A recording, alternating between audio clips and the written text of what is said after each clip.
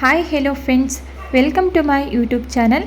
ಇವತ್ತಿನ ವಿಡಿಯೋದಲ್ಲಿ ಡಿಫ್ರೆಂಟಾಗಿ ಈ ಬೇಸಿಗೆ ಕಾಲಕ್ಕೆ ಮೊಸರನ್ನ ಯಾವ ರೀತಿ ಮಾಡೋದು ಅಂತ ತಿಳಿಸ್ಕೊಡ್ತಾ ಇದ್ದೀನಿ. ಎಲ್ಲರೂ ಕೂಡ ಮೊಸರನ್ನ ತಿಂದೇ ಇರ್ತೀರ, ಆದರೆ ಈ ಮೆಥಡ್ನಲ್ಲಿ ಒಂದ್ಸಲ ಟ್ರೈ ಮಾಡಿ ನೋಡಿ. ಎಲ್ಲರೂ ಕೂಡ ತುಂಬಾ ಇಷ್ಟಪಟ್ಟು ತಿಂತಾರೆ. ಬನ್ನಿ ತಡ ಮಾಡದೆ ಯಾವ ರೀತಿ ಮೊಸರನ್ನ ಮಾಡೋದು ಅಂತ ನೋಡ್ಕೊಳ್ಳೋಣ. ಈ ಮೊಸರನ್ನ ಮಾಡಲಿಕ್ಕೆ ಮೊದಲು ನಾನಿಲ್ಲಿ ನೋಡಿ ಈ ಸೈಜಿಂದು ಚಿಕ್ಕ ಸೈಜಿಂದು 2 ಈರುಳ್ಳಿನ ಈ ರೀತಿ ಸಿಪ್ಪೆ ತೆಗೆದು ಕಟ್ ಮಾಡಿ ಇಟ್ಕೊಂಡಿದ್ದೀನಿ. ಅದೇ ರೀತಿ ನಾನಿಲ್ಲಿ 2 ಹಸಿಮೆಣಸಿನಕಾಯಿ ತೊಗೊಂಡಿದ್ದೀನಿ. ನಾನು ತೊಗೊಂಡಿರುವಂತಹ ಈರುಳ್ಳಿನ ಈ ರೀತಿ ಸ್ಲೈಸ್ ಆಗಿ ಸಣ್ಣದಾಗಿ ಕಟ್ ಮಾಡಿ ಇಟ್ಕೊಂಡಿದ್ದೀನಿ. ಅದೇ ರೀತಿ ಹಸಿಮೆಣಸಿನಕಾಯಿನೂ ಸಹ ನಾನಿಲ್ಲಿ ಉದ್ದದಾಗಿ ಸೀಲಿಟ್ಕೊಂಡಿದ್ದೀನಿ. ಈಗ ಇದನ್ನು ಪಕ್ಕಕ್ಕೆ ಇಟ್ಕೊಳ್ತಾ ಇದ್ದೀನಿ. ನೆಕ್ಸ್ಟ್ ನಾನಿಲ್ಲಿ ಇಬ್ಬರು ತಿನ್ನೋವಷ್ಟು ರೈಸ್ನ ರೆಡಿ ಮಾಡಿ ಇಟ್ಕೊಂಡಿದ್ದೀನಿ. ನಾನಿಲ್ಲಿ ಇವತ್ತು ಮೊಸರನ್ನ ಮಾಡಲಿಕ್ಕೆ ರೇಷನ್ ಅಕ್ಕಿನ ಬಳಸ್ಕೊಂಡು ಅನ್ನನ ಮಾಡ್ಕೊಂಡಿದ್ದೀನಿ. ಮೊಸರನ್ನ ಮಾಡೋದಕ್ಕೆ ರೇಷನ್ ಅಕ್ಕಿ ಪರ್ಫೆಕ್ಟಾಗಿರುತ್ತೆ, ಆದ್ದರಿಂದ ನಾನಿಲ್ಲಿ ರೇಷನ್ ಅಕ್ಕಿನ ಬಳಸ್ಕೊಂಡಿದ್ದೀನಿ. ನಿಮ್ಮನೇಲಿ ಯಾವ ರೈಸ್ ಇದೆ ಆ ರೈಸಿಂದ ನೀವು ಅನ್ನನ ಮಾಡಿ ಮೊಸರನ್ನ ಮಾಡ್ಕೋಬೋದು. ನಂತರ ನಾನು ಇದಕ್ಕೆ 250 ml ಮೊಸರನ್ನ ಸೇರಿಸ್ಕೊಳ್ತಾ ಇದ್ದೀನಿ. ಅದಕ್ಕೆ ಸ್ವಲ್ಪ ನೀರನ್ನು ಸೇರಿಸ್ಕೊಳ್ತಾ ಇದ್ದೀನಿ. ಹಾಗೆ ಏನಂದರೆ ಬಿಸಿ ಅನ್ನಕ್ಕೆ ಮೊಸರನ್ನ ಸೇರಿಸಬಾರ್ದು, ತಣ್ಣಗಾಗಿದ್ದ ನಂತರ ನಾವಿಲ್ಲಿ ಮೊಸರನ್ನ ಸೇರಿಸ್ಕೋಬೇಕಾಗುತ್ತೆ. ಇದಕ್ಕೆ ರುಚಿಗೆ ತಕ್ಕಷ್ಟು ಉಪ್ಪನ್ನು ಸೇರಿಸ್ಕೊಳ್ತಾ ಇದ್ದೀನಿ. ನಂತರ ನಾನಿಲ್ಲಿ ಸ್ಲೈಸ್ ಆಗಿ ಕಟ್ ಮಾಡಿಟ್ಕೊಂಡಿರುವಂತಹ ಈರುಳ್ಳಿನ ಸೇರಿಸ್ಕೊಳ್ತಾ ಇದ್ದೀನಿ.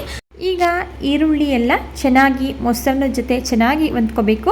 ಆ ರೀತಿ ನಾವು ಈರುಳ್ಳಿನ ಬಿಡಿಸ್ಕೊಂಡು ಮೊಸರನ್ನ ಜೊತೆ ಚೆನ್ನಾಗಿ ಇದನ್ನು ಮಿಕ್ಸ್ ಮಾಡ್ಕೊಳ್ಳೋಣ. ಈ ರೀತಿ ಕೈಯಿಂದ ಸ್ವಲ್ಪ ಪ್ರೆಸ್ ಮಾಡಿ ಮೊಸರನ್ನ ಮಿಕ್ಸ್ ಮಾಡ್ಕೊಳ್ಳಿ, ಆಗ ಟೇಸ್ಟ್ ಅನ್ನೋದು ತುಂಬಾ ಸೂಪರಾಗಿರುತ್ತೆ.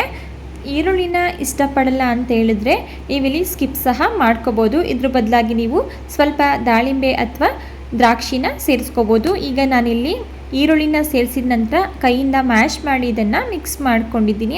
ಈಗ ಮೊಸರನ್ನಕ್ಕೆ ಒಗ್ಗರಣೆನ ಹಾಕ್ಕೊಳ್ತಾ ಇದ್ದೀನಿ. ಒಗ್ಗರಣೆ ಮಾಡಲಿಕ್ಕೆ ನಾನಿಲ್ಲಿ ಗ್ಯಾಸ್ ಸ್ಟವ್ನ ಆನ್ ಮಾಡಿ ಒಂದು ಚಿಕ್ಕದಾಗಿರುವಂತಹ ಪ್ಯಾನ್ ಇಟ್ಕೊಂಡು ಅದಕ್ಕೆ 2 ಟೀ ಸ್ಪೂನ್ ಆಗೋಷ್ಟು ಎಣ್ಣೆನ ಸೇರಿಸ್ಕೊಳ್ತಾ ಇದ್ದೀನಿ. ಎಣ್ಣೆ ಬಿಸಿಯಾಗಿದ್ದ ನಂತರ 1 ಟೀ ಸ್ಪೂನ್ ಆಗುವಷ್ಟು ಕಡಲೆಬೇಳೆ, 1 ಟೀ ಸ್ಪೂನ್ ಆಗುವಷ್ಟು ಉದ್ದಿನಬೇಳೆ, ಹಾಗೆ ಒಂದು 7ರಿಂದ 8 ಪೀಸಸ್ ಆಗುವಷ್ಟು ಗೋಡಂಬಿನ ಸೇರಿಸ್ಕೊಳ್ತಾ ಇದ್ದೀನಿ. ಗೋಡಂಬಿ ಆಪ್ಷನಲ್, ಸೇರಿಸ್ಕೊಂಡ್ರೆ ಚೆನ್ನಾಗಿರುತ್ತೆ. ನಂತರ ಈ 3 ಪದಾರ್ಥಗಳು ಗೋಲ್ಡನ್ ಕಲರ್ ಆಗುವವರೆಗೂ ಲೋ ಫ್ಲೇಮಲ್ಲಿ ಇದನ್ನು ಫ್ರೈ ಮಾಡ್ಕೊಳ್ತಾ ಇದ್ದೀನಿ. ಈಗ ಈ ಎಲ್ಲ ಪದಾರ್ಥಗಳು ಗೋಲ್ಡನ್ ಕಲರ್ ಆಗಿದೆ. ಈಗ ಇದಕ್ಕೆ ನಾನು ಮುರಿದಿಟ್ಕೊಂಡಿರುವಂತಹ 2 ಬಾಡಿಗೆ ಮೆಣಸಿನಕಾಯಿ, ಹಾಗೆ ಸೀಳಿಟ್ಕೊಂಡಿರುವಂತಹ 2 ಹಸಿಮೆಣಸಿನಕಾಯಿ, 1 ಟೀ ಸ್ಪೂನ್ ಆಗುವಷ್ಟು ಸಾಸಿವೆ, ಸ್ವಲ್ಪ ಕರಿಬೇವಿನ ಸೊಪ್ಪು, ಹಾಗೆ ನಾನಿಲ್ಲಿ ಒಗ್ಗರಣೆಗೆ ಸ್ವಲ್ಪ ಇಂಗನ್ನು ಸೇರಿಸಿ ಒಗ್ಗರಣೆನ ರೆಡಿ ಮಾಡ್ಕೊಳ್ತಾ ಇದ್ದೀನಿ. ಹಸಿಮೆಣಸಿನಕಾಯಿ ಸ್ವಲ್ಪ ಸಾಫ್ಟ್ ಆಗಬೇಕು, ಅಲ್ಲಿವರೆಗೂ ಲೋ ಫ್ಲೇಮಲ್ಲಿಯೇ ಇದನ್ನು ಮಿಕ್ಸ್ ಮಾಡ್ಕೊಳ್ಳಿ. ಈಗ ಇದು ಆಗಿದೆ. ಈಗ ಗ್ಯಾಸ್ ಸ್ಟವ್ನ ಆಫ್ ಮಾಡ್ಕೊಳ್ತಾ ಇದ್ದೀನಿ.